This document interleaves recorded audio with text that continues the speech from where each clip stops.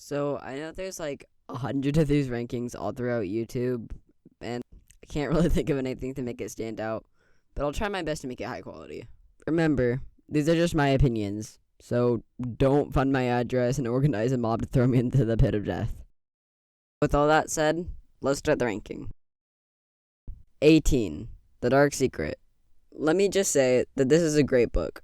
The writing is amazing and the characters are well thought out, but it definitely has its troubles. For one, Starflight's point of view is not necessarily the most interesting one.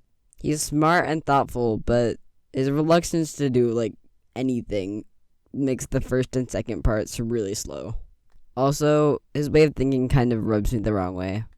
The setting is also very boring because we already saw it in the last book and it's kind of repetitive. Not only that, but the false dragonettes, who are arguably the worst characters, the most annoying things in all of literature, have way, way, way too much page time. The Dark Secret's not a bad book, but is probably the worst in the series. 17. Dragon Slayer. I was so bored reading this book. It's just mostly spacing out until you reach the Ren chapters, reading intently, then spacing out during the Ivy and Leaf chapters. Most of the book, I was just waiting for the exposition to end, but Ivy was still in Valor, and Leaf was still in Talisman, and Ren was the only one actually doing anything. But although it was slow, it definitely had its good parts. Some major highlights include cameos of the Dragonets of Destiny, Ruby and Cliff, Deathbringer, the inclusion of Flower/Rose, Ren and Sky in their relationship, setting up for later books, most of the Ren chapters, and there are a few good Leaf and Ivy chapters in there. But it's still kind of hard to get through due to all the boring things in it. 16. Winter Turning. Okay, put down the pitchforks. But I don't really like most of this book. I love Winter's character development, but at the beginning, he is a real pain to read about.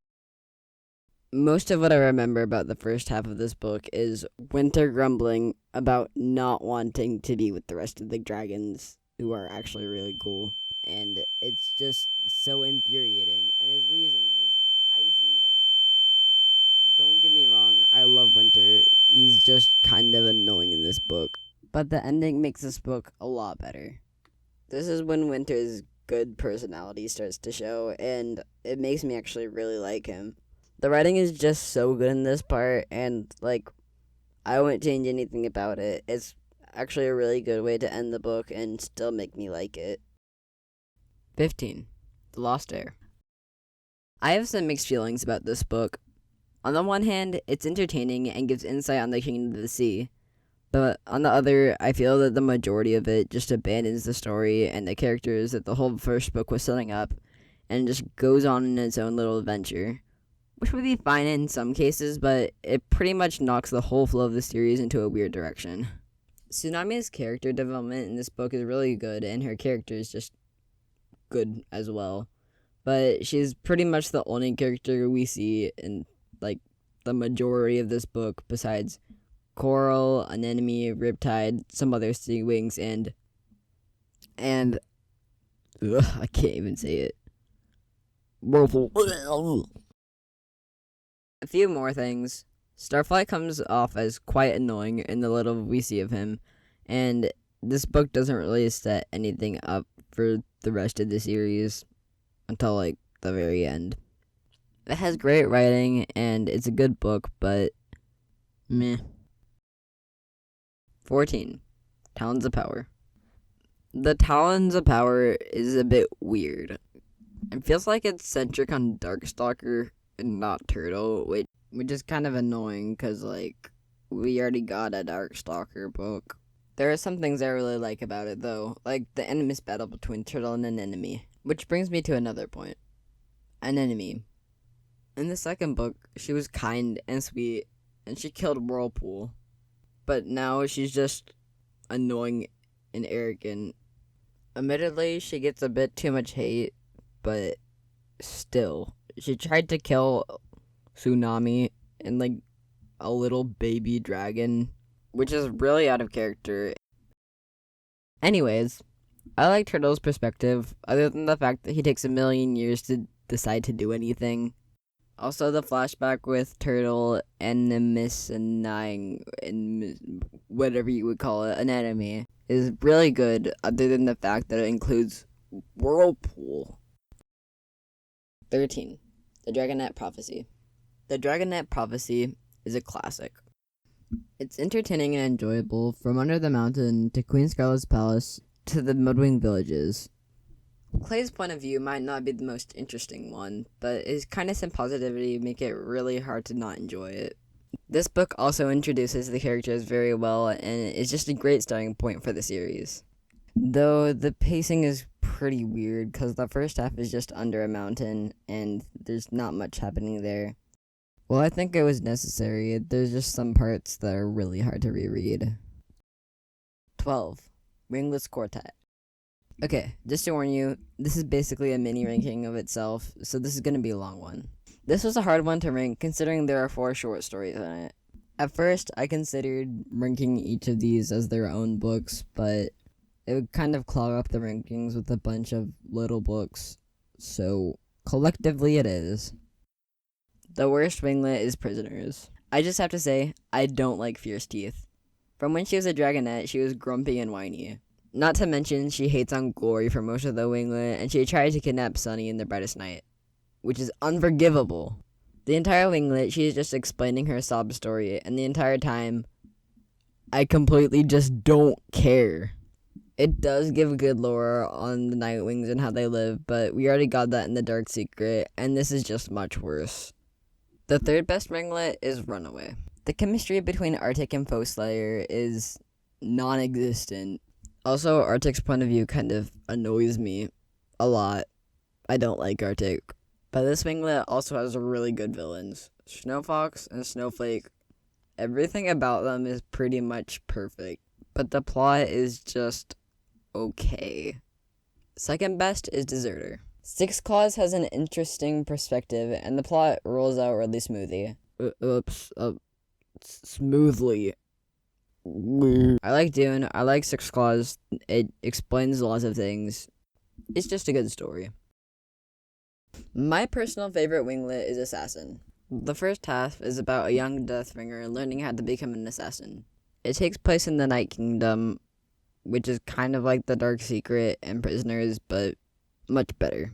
Deathbringer is tasked with killing Slaughter, a big thuggish Nightwing, to see if he's responsible enough to kill someone else. You know, just a normal lesson on responsibility. In the second half, Deathbringer sets out with his mother to kill Stingwing, which causes Mudwings to join an alliance with Burn instead of Blister, and there's a setup to Deserter.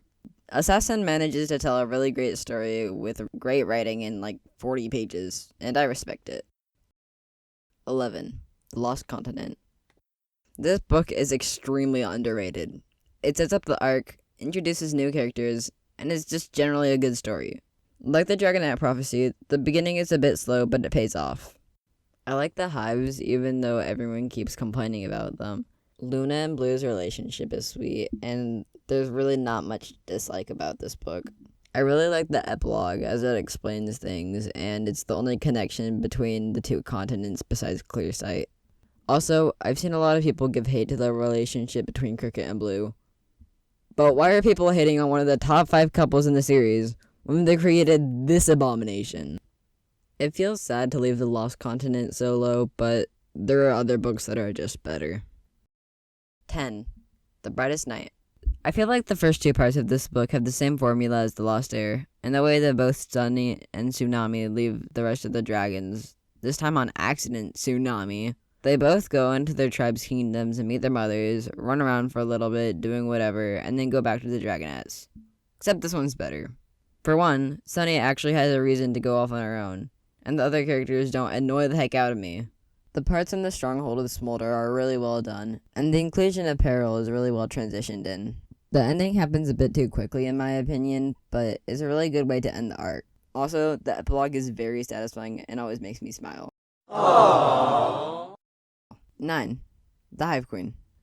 Like the Lost Continent, the Hive Queen gets a lot of hate for some reason. I don't see why. The Hive Queen takes place in the hives, obviously, which people give continuing hate to. The majority of this book is in Jewel Hive, and I'm fine with that. The story is good, the interactions between characters are great, especially with Cricket and Sundew.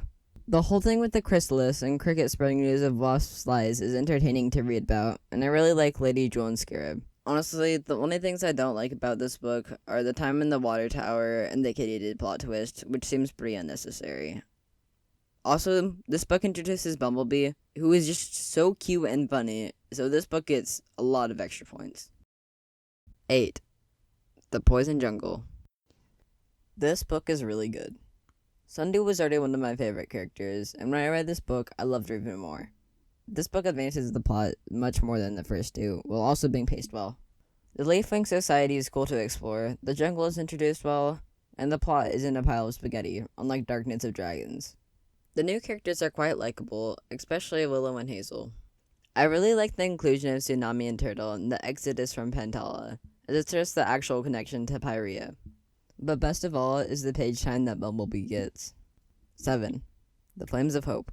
This book is the definition of underrated. So many people hate this book because it's not what they expected. The thing is, it's a great way to end the arc. The whole part with Freedom is entertaining, and I genuinely felt sad when she died. I mean, technically she was already dead, but eh. Something I found a bit weird was the way Axolotl was introduced. I'm not being biphobic, by the way, I just found it out of place for men to say. They use they and them pronouns as soon as the stealth team met them. Also, sometimes it's kind of slow, but the writing is at its best in this book.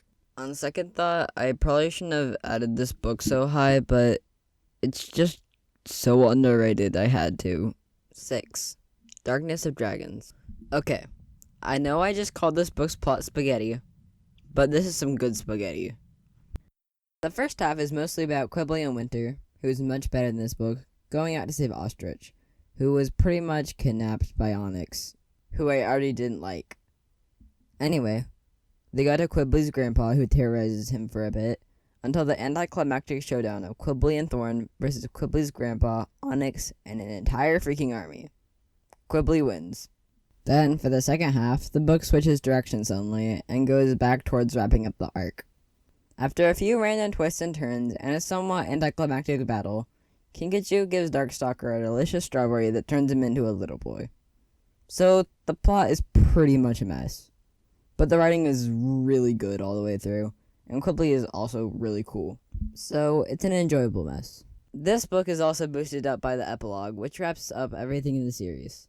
Except for Luna randomly showing up and throwing an arc in your face. 5. Escaping Peril. It might be a bit controversial putting this up so high, but I really like this book. Peril and Turtle's friendship is just very good, and it's nice to see more of him after he was basically missing for an entire book. Anyway, the first 2 parts of this book are good, but the third one is why this book is number 5 on this list. Besides Chameleon, who is kind of a disappointment, everything about the Skywing Palace is just top tier Wings of Fire. The amount of character development that Peril goes through pays off wonderfully. And the duel between Ruby and Scarlet is a really great way to end the ex-Queen's tyranny. The ending is also really cool, with Darkstalker rising from the ground. 4. Moon Rising. Okay, I'm gonna make fun of this book a little bit, but just know that I still think it's a really, really great book. I feel like this is the most chill book in the series, except when the exploding cactus goes boom in the school environment. Moon's ability to mind read adds a lot of extra depth and makes this book so much more interesting. Moon Rising is also one of the Wings of Fire sort of mystery novels. The problem with books like Moon Rising and The Lost Heir is you could never guess who the culprit was. The culprit in The Lost Heir is a statue of the Queen's dead daughter, who is secretly an animus dragon and didn't want any babies to be alive. How am I supposed to figure that out? You tend to never suspect the culprit in Wings of Fire because you're not given any evidence. But looking at the book as a whole, it makes sense, and the plot is worked out together masterfully. It also starts a new arc while still paying respect to the last one, and the characters act realistically given the situation that they're in. The voice in Moon's head being Darkstalker would have been more interesting for me if I had read Darkstalker first, but I didn't, so 3. The Hidden Kingdom. The Hidden Kingdom is a masterpiece. There isn't one time in the plot where I felt bored. Not in the rainforest, or in the Kingdom of the Sand, or even on the volcano. This book is perfectly paced, introduces new characters that are actually good, builds on the friendships between the dragon and some destiny, and is extremely witty and enjoyable. Deathbringer and Glory have great chemistry, and reading the conversations between them makes me laugh. The Rainwing Queens are really annoying, but it just makes it all the better when Glory beats them and becomes Queen of the Rainwings. I just wish there were more books like this in the world. 2. The Dangerous Gift.